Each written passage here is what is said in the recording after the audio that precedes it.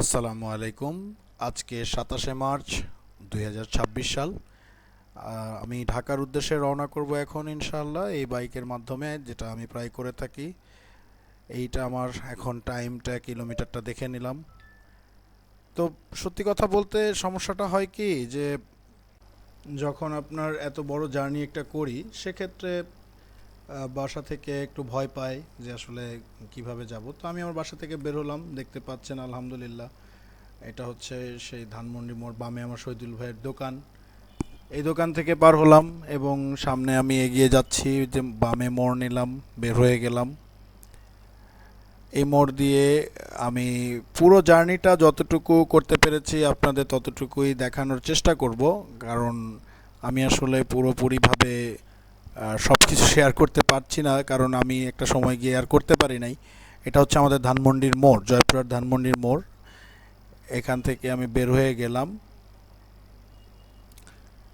আর আমাদের এই এখানে আপনার আম, একটু প্রবলেম হয় যে রাশ টাইমে এখানে যেহেতু দুইটা ফিডের দোকান আছে, সো বড় গাড়ি যখন মাল আনলোড করে তখন রাস্তায় আমাদের একটু যানজটের সৃষ্টি হয়।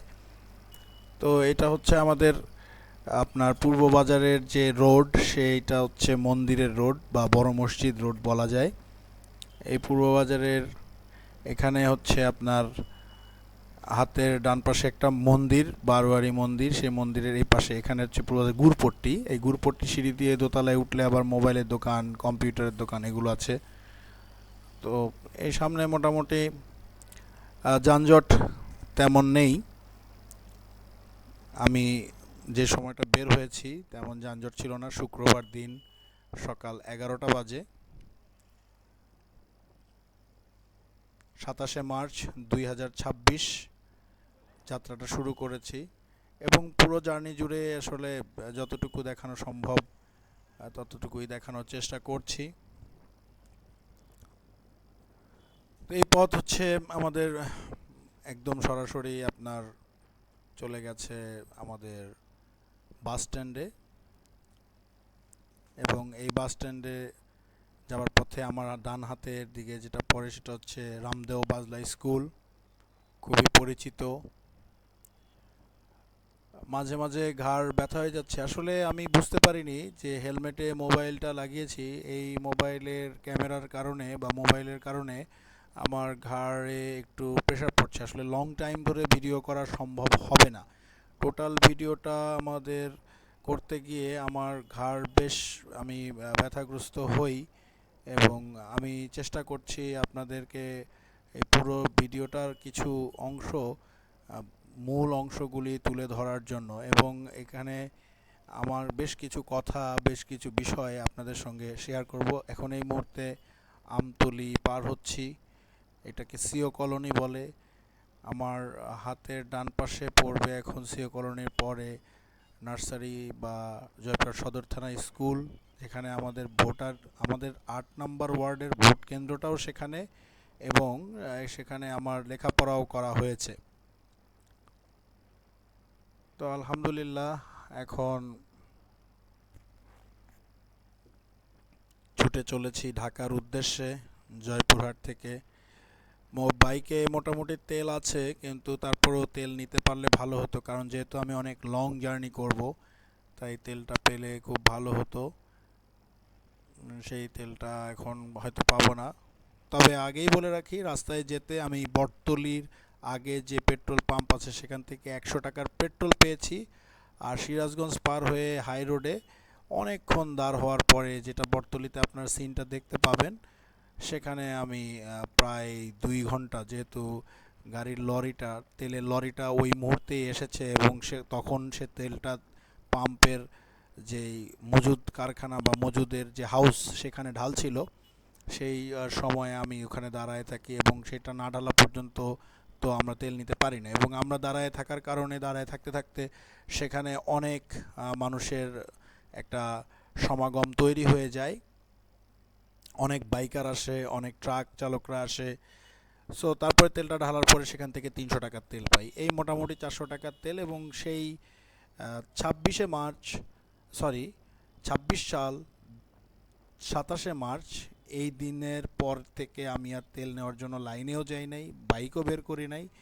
যে রিক্সা দিয়ে ভিডিও করছি সেটা তো আপনারা দেখছেনই, যে রিক্সার শেওড়াপাড়া থেকে কিভাবে আমি কচুক্ষেত গেলাম এবং কচুক্ষেত থেকে কিভাবে আমি আবার রিক্সা করেই বনানী আসছি অফিসে, ঠিক একইভাবে যাতায়াত করছি। মাঝে মাঝে বাসে চড়ছি, লেগুনায় চড়ছি। লেগুনাতে যদিও চড়া হয় নাই, বাট প্রয়োজন হলে অবশ্যই চড়তে হবে, উঠতে হবে, আমাকে যাত্রা করতে হবে। এখন বাইকের বিকল্প আমাকে ভাবতে হচ্ছে, কারণ বাইকে যতটুকু তেল রয়েছে একটা বিপদের সিচুয়েশনের জন্য আমি বাইকটা রেখে দিয়েছি পার্কিং করে।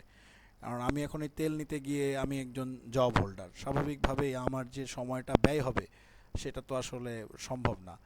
আপনারা একটু হাতের বামের দিকে লক্ষ্য করলে দেখবেন যেখানে একটি পেট্রোল পাম্প আছে, এটিও পুরোপুরি বন্ধ।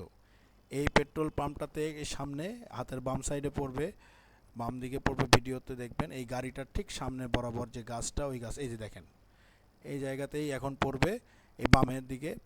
এই গাড়িগুলো পার হওয়ার পরই সেই পেট্রোল পাম্পও কিন্তু বন্ধ করে দিয়েছে। বাস স্ট্যান্ডটা তো বন্ধই, এটাও দেখেন বন্ধ। আমি একটু স্লো করেছিলাম নেওয়ার জন্য, বলছে না, পেট্রোল নাই। এখন যেহেতু নাই, তারা লক করে রেখেছে, আমি এখানে আর কথা বলে কি হবে, চলে গেলাম। তো এবার আপনাদেরকে সরাসরি বটতলী ওইখানে নিয়ে যাচ্ছি, সেখানে দেখুন কি অবস্থাটা হয়। জয়পুরহাট পৌরসভায় মাত্র আমি ক্রস করলাম, আমি এবার সরাসরি ওখানে নিয়ে যাচ্ছি।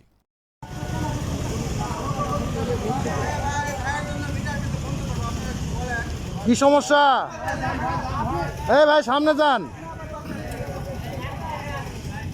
এখন কিছু করার নাই, সবাইকে তো একই জিনিস দিচ্ছে, আপনাকে কি আলাদা দিবে? তো দেখতেই পেলেন এখানে একটু হালকা কথা কাটাকাটির ব্যবস্থা, মানে একটা অবস্থা তৈরি হয়েছিল। যাই হোক, এখানে আমি আর বেশি সময় নষ্ট না করে এদের সাথেই আছি। অনেক কথাই বলেছি, আসলে মানুষ না বুঝলে কি করব। ওই দিক থেকে ওই দুইজন লোক বামে যে দেখলেন, দুইটা মোটর বাইক, এরা দাঁড়িয়ে আছে, এরা আবার তেল নেবে এই জন্য দাঁড়িয়েছে। এই দুইটা মোটর বাইক, এরা ঝামেলা করছে এদের সাথে। আবার ওইখানে মালিকও, যে তেল দিচ্ছে, মালিক তো না, যে তার তেল দিচ্ছে, সেও একটু বাকবিতর দণ্ডায় জড়িয়ে পড়ে যে আপনারা যদি না সরেন আমি কিন্তু তেল দেওয়া বন্ধ করে দেবো। তো বাংলাদেশে হুমকি ধামকির দেশ, আর কত হুমকি ধামকি দেখতে হবে আমাদের আমরা জানি না। হাজার হাজার মানুষ জীবন দেবে, রক্ত দেবে, এটাই হচ্ছে হয়তোবা আমাদের এই গরিব দেশের প্রাপ্য। তো এরপরে আসলে আমি তেল পাই, তো সেটা দেখাচ্ছি। এই ভদ্রলোক চলে গেল, দেখতেই পেলেন তার কিন্তু নাম্বার নাই, কিছু নাই, হেলমেট নাই।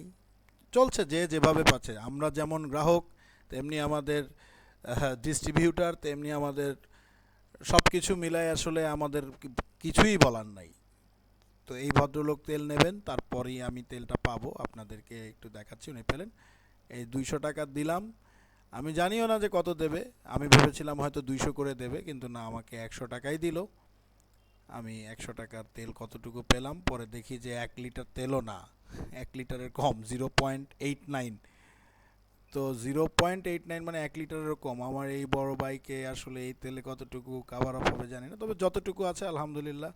সময় নষ্ট না করে আমি রওনা দিলাম, শুরু করলাম যাত্রা। দেখা যাক, এভাবেই চলছে, এভাবেই চলবে।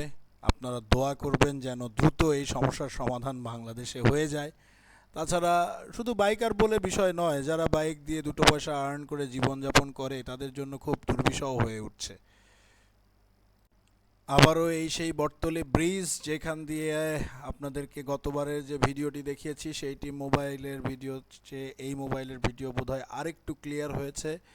এবং বটতলী ব্রিজ এটা হয়ে যাওয়ার পরে আসলে সকলেই অনেক আনন্দিত হয়েছে, কারণ যে ব্রিজটি আগে ছিল অনেক ভঙ্গুর অবস্থায় ছিল, যে কোনো মুহূর্তে একটা দুর্ঘটনা ঘটতে পারত।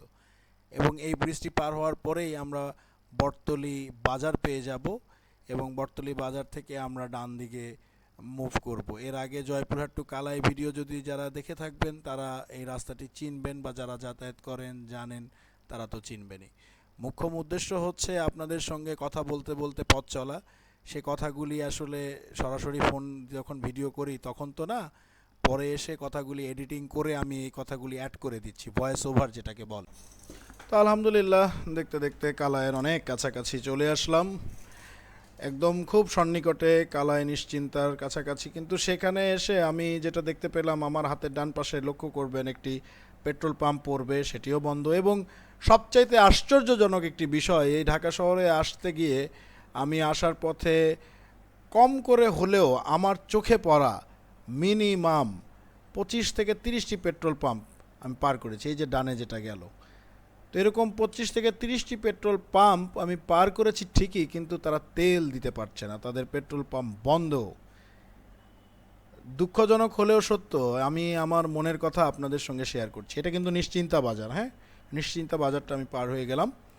তো আমি আমার মনের দুঃখটা আপনাদের সাথে শেয়ার করছি। দুঃখজনক হলেও সত্য, সেটা হচ্ছে আমার কাছে স্পষ্ট করে মনে হয় এই সকল তেল পাম্প মালিকরা মজুত করেছে। আমার কাছে প্রমাণ নাই, কিন্তু আমার এটা মনে হয়। তাই যদি সরকার এটাকে ওপেন করে দিত, এবং ওপেন করে দিয়ে সরকার যদি দেখতো যে আমি ওপেন করে দিলাম, প্রাইস বাড়ায় দিলাম, 150 টাকা লিটার বিক্রি করেন আপনারা, দেখা যাবে যেই পাম্পে হাজার হাজার লিটার পরিমাণ তেল বের হবে, সেই পাম্পের মালিককে মৃত্যুদণ্ডের আওতায় আনতে হবে। এরকম করে বাংলাদেশে যতগুলি পেট্রোল পাম্প আছে, এই বাম দিয়ে আমি পার হয়ে গেলাম, বাসটা আমাকে অনেকক্ষণ ধরে ডিস্টার্ব করছিল, এইটা আমি পার হয়ে গেলাম। তো যাই হোক, এভাবে যতগুলি বাংলাদেশে পেট্রোল পাম্প আছে, প্রত্যেকটা পেট্রোল পাম্পের মধ্য থেকে প্রত্যেক জেলায় একজন করে যদি ফাঁসির কাস্টে ঝোলে, 64টি জেলায় 64টি পাম্প মালিক যদি ফাঁসির কাস্টে এই শাস্তির আওতায় আনে সরকার, বা এভাবে যদি তদারকি করে, আপনি গ্যারান্টেড থাকেন, আমি গ্যারান্টি দিয়ে বলছি, বাংলাদেশে জ্বালানির কোনো সিন্ডিকেট থাকবে না। কিন্তু সরকার এটা করলো না। সরকার এখন নিয়োগ দিচ্ছে কি, ট্যাগ অফিসার। আপনার ট্যাগ অফিসার যদি নিজেই ম্যানেজড হয়ে যায়, তখন কি করবেন? এখন আপনারা আমাদের কথাই বারবার বলবেন যে কাউকে না কাউকে তো বিশ্বাস করতে হবে, তাই না? তা আমরা কি করব, চলছে এভাবে, চলুক। যাই হোক, আমি অলরেডি কথা বলতে বলতে আপনাদের মোকামতলা চলে এসেছি, বগুড়া মোকামতলা, এবং ডান দিকে আমি ঘুরে যাব।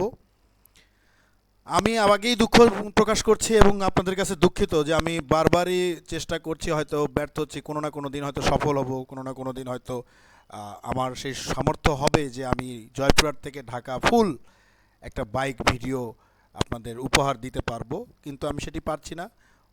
ঢাকা থেকেও আসার সময় সর্বোচ্চ পেয়েছিলাম মনে হয় যমুনা সেতু পর্যন্ত, তারপরে মোবাইলের চার্জের কারণে বন্ধ হয়ে গেছে, পরে এই মোবাইলটা নিলাম। এতটা পরিমাণ আমার ঘাড় ব্যথা এবং ভারী লাগছে, যার কারণে পুরো ভিডিওটা করতে পারলাম না। মোকামতলাতেই দেখেন একটা কি সিরিয়াল বাসের জ্যাম পড়ে আছে। এটার কারণ হচ্ছে আসলে সামনে কিন্তু কোনো জ্যাম নেই, এখানে বাসগুলি দাঁড়িয়ে বিভিন্নভাবে আপনার লোকজন তাদের যাত্রী উঠাচ্ছে, কারণ ঈদের ছুটি আর মাত্র একদিন, আজকে শুক্রবার, কালকে শনিবার, ছুটি শেষ। এই কারণে বাসগুলি যাত্রী ওঠাচ্ছে এবং সেই ওঠাতে গিয়ে কিছুটা বিলম্ব এখানে হয়ে যাচ্ছে। আমি একবার চেষ্টা করছি বাম দিক দিয়ে, একবার চেষ্টা করছি ডান দিক দিয়ে যাওয়ার, কিন্তু আসলে আমি সেভাবে যেতে পারছি না। যদিও আমার ছোট বাইক সুযোগ পেলে, এই জায়গাটা একটু সুযোগ পেলে কিন্তু আমি বের হয়ে যেতে পারতাম, কিন্তু আমাকে এই সুযোগটাই এই ট্রাকওয়ালাটা দিল না। এবং এই কারওয়ালাটাও একটু বামে চেপে এসেছে, ওই পাশে তার গাড়ি আছে, কিছু করার নেই। এই দেখুন, এখানে মানুষজন এই দিক দিয়ে রাস্তা পারাপার হয়, কি পরিমাণ মানুষ এখানে রাস্তা পারাপার হয়, এবং এটা কত রিস্কি। এখন জ্যাম আছে, সে কারণে মানুষ ইজিলি পারাপার হতে পারছে, কিন্তু যেই সময়ে এই জায়গাটা ফাঁকা থাকে, ওপর থেকে ফ্লাইওভার থেকে জোরে বাসগুলি আপনার এসে এখানে ধাক্কা দেয়, তখন কিন্তু পারাপারের জন্য খুব কষ্ট হয়ে যায়, এবং তখন দেখা যাবে যে মানুষ অ্যাক্সিডেন্ট করার একটা প্রবণতা থাকতে পারে। এই যে যেটা বলছিলাম, দেখেন আমি বাম দিয়ে বের হয়ে গেলাম, এখন সামনে গিয়ে যেটা দেখানোর জন্য আপনাদেরকে এতক্ষণ অপেক্ষা করেছি, এই দেখুন ট্রাকে মানুষ কিভাবে যাচ্ছে, ট্রাকে কিভাবে মানুষ যাচ্ছে, আর আমাদের তৃতীয় লিঙ্গের ভাইয়েরা তারা এই যানজটের ভেতরে আবার এই বাসগুলিকে থামিয়ে তাদের থেকে চাঁদাও তুলতেছে, প্রত্যেকটা বাস থেকে তুলতেছে। আর আমার এই সামনে দেখেন ট্রাকের করে কিভাবে মানুষজন যাচ্ছে, বাহ কি সুন্দর, খোলা হাওয়ায়, নির্জন পরিবেশ। যদিও এটা আইনের ব্যত্যয়, এভাবে আসলে যাওয়া উচিত নয়, কিন্তু কি করবে মানুষ, আমাদের দেশের জনসংখ্যা বেশি, ট্রান্সপোর্টেশন কম, আমাদের তো এভাবেই যেতে হবে। তার পরবর্তীতে আমি এভাবে মহাসড়কে উঠে গেলাম এবং মহাসড়কে বগুড়ার দিকে আমি রওনা হয়ে গেছি। আমি অনেকটা পথ সামনে এগিয়ে গেছি। তো এভাবে সামনে বগুড়ার দিকে এগিয়ে যাচ্ছি। মহাসড়কটা আপনারা দেখতেই পাচ্ছেন, এখানে নতুন করে দেখানো তেমন কিছুই নাই। আলহামদুলিল্লাহ, সামনে কোনো দুর্ঘটনা বা কোনো প্রকার ঝামেলা সেরকম তৈরি হয় নাই, বা সেরকম চোখে পড়ে নাই, পড়লে অবশ্যই আপনাদের সঙ্গে শেয়ার করব। আবারও সেই একই অবস্থা, কিছুটা দূর আসার পর আবারও সেই একই জ্যামের কবলে। এখানে সেই রকম কোনো জ্যাম নেই, এটা জাস্ট মানুষ সামনে যে বাসগুলি সে বাসগুলি থেকে আপনার লোক উঠছে ঢাকা যাওয়ার জন্য, আর এই বাসগুলি পেছনের বাসগুলি সেগুলি পার হতে পারছে না, ট্রাক আটকায় রয়েছে। এটা কৃত্রিম জ্যাম বলতে পারেন, বা সিস্টেম লস আমরা যেটাকে বলি। সিস্টেম চলতে গেলে সিস্টেমে যে বেসিক কিছু লস হয় সেই লস। তো আমি এদিক দিয়ে বামে দিয়ে বের হয়ে আস্তে করে এই গাড়িটার সাথে ঘষা যাতে না খায় খুব সূক্ষ্মভাবে এদিক দিয়ে ঢুকে যাচ্ছি, এবং জ্যামটা দেখুন কি পরিমাণ। আমি খুব আফসোস করছি মনে মনে, ইস আমি যদি বামের রাস্তাটায় থাকতে পারতাম কি সুন্দর আমি বের হয়ে যেতে পারতাম, কিন্তু আমি পারছি না। আফসোস করে এখানেই রয়ে গেছি বেশ কিছুক্ষণ। তো গাড়ির চাকা যেহেতু একটু একটু করে সামনে আগাচ্ছে, আমিও চেষ্টা করছি সামনে এগিয়ে যাওয়ার, আর মনে মনে আফসোস করছি বারবার বামের রাস্তাটার দিকে। ইস আমি যদি বামের রাস্তাটায় ঢুকে যেতে পারতাম, ইস আমি যদি বামের রাস্তাটায় ঢুকে যেতে পারতাম, তাহলে অনায়াসে আমি কিন্তু বেরোয় যেতে পারতাম। আর বগুড়া সদর এবং বামে আপনার বাইপাস, সেই জিনিসগুলো কিন্তু এখানে ঠিকই আপনাকে দেখাচ্ছে। আমি এই মোড়টাকে আসলে বনানী মোড়, এই বনানী মোড়ে আপনার এই প্রবলেমটি আমার হয়েছে, এবং বনানী মোড়ে এটি হওয়ার পেছনে যথেষ্ট লজিক বা কারণ আছে। ছুটিটা প্রায় শেষ, বাম দিক থেকে এই গাড়িগুলো, বিশেষ করে মোটরসাইকেল, সিএনজি, অটো, পেছন থেকে সবাই বলছে এই ঢুকাও ঢুকাও গাড়িটা সামনে আগায় দাও। তো আমি এই মাইক্রোর পেছনে ছিলাম, কোনো রকমে বেরোয় গেছি, তার পিছনে পেছনে দেখি যে তারা অলরেডি ওইখানে আপনার লক করে দিয়েছে। আর এখানে বনানীটা হচ্ছে যেহেতু আরেকটা বাস স্টেশন, বিভিন্ন মানুষ এখান থেকে উঠবে। এই যে এই অটোওয়ালাটা দেখলেন, মানে মন যা চাইলো যেভাবে চাইলো, কোনো হাত দেখানো নাই, সিগন্যাল নাই। অ্যাক্সিডেন্টগুলো কিন্তু এভাবেই হয়। তো যাই হোক, তারপরে আপনার এভাবে সামনে যাচ্ছি। সামনে এগিয়ে যাওয়ার পথে বনানীটা আমি ক্রস করে গেলাম। বনানী ক্রস করে এই জ্যামটাকে পার করার চেষ্টা করছি। এই জ্যামটা আমাকে বেশ কিছুক্ষণ সামনে ধীরে ধীরে এগিয়ে যেতে হবে। তো এই জ্যামটাও আমি পার করে ফেললাম, এবং এখানে মোটামুটি এখন রাস্তা ফ্রি আছে, এবং এই আগমনী বাসটার পাশ দিয়ে এই কালো মাইক্রোটার পেছনে পেছনে আমি যাত্রা শুরু করে দিয়েছি। চলতে পথে আপনাদের সাথে জানি না কোথায় দেখা হবে, তবে চলতেই থাকবো যতক্ষণ এ দেহে আছে প্রাণ। চেষ্টা করব আপনাদেরকে এই ধরনের ভিডিওগুলি উপহার দেওয়ার। আমার ভিডিওগুলি কতটুকু কাজে লাগবে তা জানি না, কিন্তু আমি এই মহাসড়কের ভিডিওগুলি অবশ্যই করব, কারণ সবসময় হয়তো পারবো না, তবে যতটুকু পারবো আপনাদের এখানে তুলে ধরার চেষ্টা করব। এটা হচ্ছে আমার প্রত্যাশা। আসসালামু আলাইকুম। দেখতেই পাচ্ছেন কত কিলোমিটার আপনাদের দেখিয়েছিলাম, এখন কয়টা বাজে, 2:55। সো এটা দেখানোর উদ্দেশ্য হলো ওইটা যমুনা সেতুর মেন রোড, আর এটা হচ্ছে যমুনা সেতুর ইকো রিসর্ট পার্ক। এই পার্কের যে পাশ দিয়ে সৌন্দর্য, এই সৌন্দর্যটা দেখানোর উদ্দেশ্যেই আপনাদেরকে মূলত ভিডিওটা করছি। আর ইকো রিসর্ট পার্কে আমি একটু ব্রেক নিলাম, নিয়ে আসলে ভাবলাম যে আপনাদের সঙ্গে বিষয়টা শেয়ার করি, আপনাদেরকে একটু ঘুরে ঘুরে দেখাই ইকো রিসর্ট পার্কের নয়নাভিরাম দৃশ্য। দেখতে পাচ্ছেন ওই দিক দিয়ে একটা মাইক্রো চলে যাচ্ছে, সেখানে কিছু মানুষ রেস্ট করছে, বাইকারগুলো এদিক দিয়ে আসছে, বিকজ মেন রোডটা প্রচণ্ড জ্যাম, স্পেশালি যমুনা সেতুর আগ মুহূর্তে প্রচণ্ড জ্যাম, যার কারণে এই পাশটা দিয়ে আসলে আমাদের ঢুকে পড়া। এই কারণে আমি একটু এখানে ওয়েট করলাম, একটু স্ট্যান্ড করলাম, করে আপনাদেরকে ভিডিওটি করে দেখাচ্ছি। ধন্যবাদ।